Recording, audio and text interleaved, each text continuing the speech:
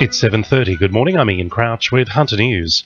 It's been revealed the state government rejected official advice on the best route for light rail through Newcastle CBD.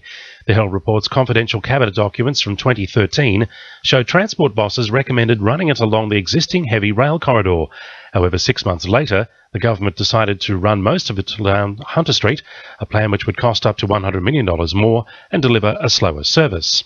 Newcastle shipbuilder Forjax continues to face an uncertain future, with the Defence Minister unable to guarantee future work. It's likely the company will have to shed up to 900 jobs unless a lucrative defence contract can be locked in soon.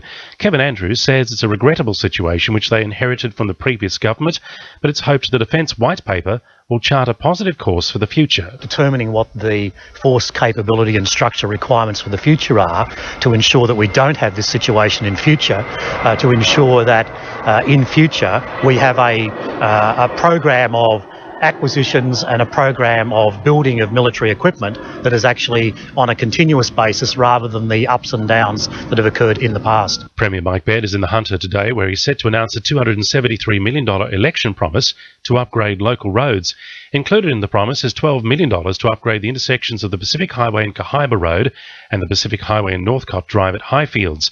However, the funding promise depends on whether voters provide a mandate to privatise 49% of the state's electricity and distribution businesses. The Reserve Our Gas scheme is gaining momentum in the Hunter as local MPs and the community are increasingly backing the principle of reserving a portion of Australia's natural gas for domestic use at a fair price. Under current legislation, the multinational companies extracting Australia's natural gas are free to sell it at the high global prices, both offshore and within Australia's borders.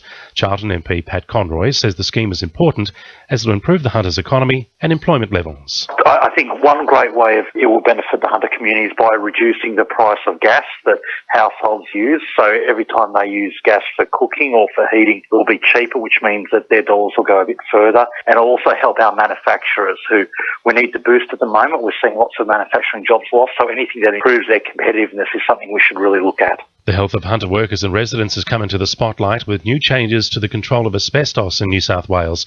WorkCover New South Wales has authorised safety inspectors to issue on-the-spot fines to individuals and businesses who appoint unlicensed asbestos removalists.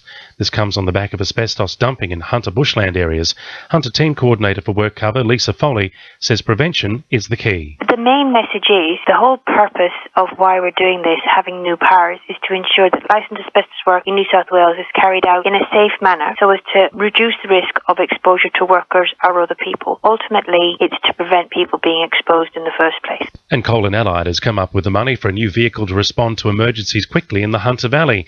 The four-wheel drive will be based at the Bulga RFS station and will provide initial support at car crashes, childbirths and remote farming accidents before paramedics or firefighters arrive.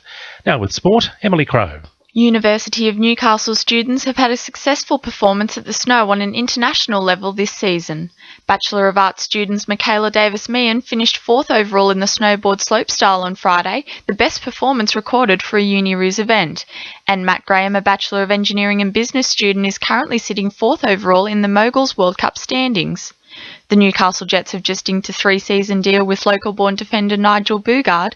The former Central Coast Mariners and Adelaide United star says he believes the time is right to return to the Hunter after an 11-year absence. The signing comes in the wake of the official termination of former captain Q Yarleen's contract. And in surfing, Joel Parkinson says he will not be too worried about sharks as he hits the water around 9:30 this morning at Merriweather as part of Newcastle's 2015 Surf Fest. That's sport. I'm Emily Crow. To NURFM News Time 26 to 8.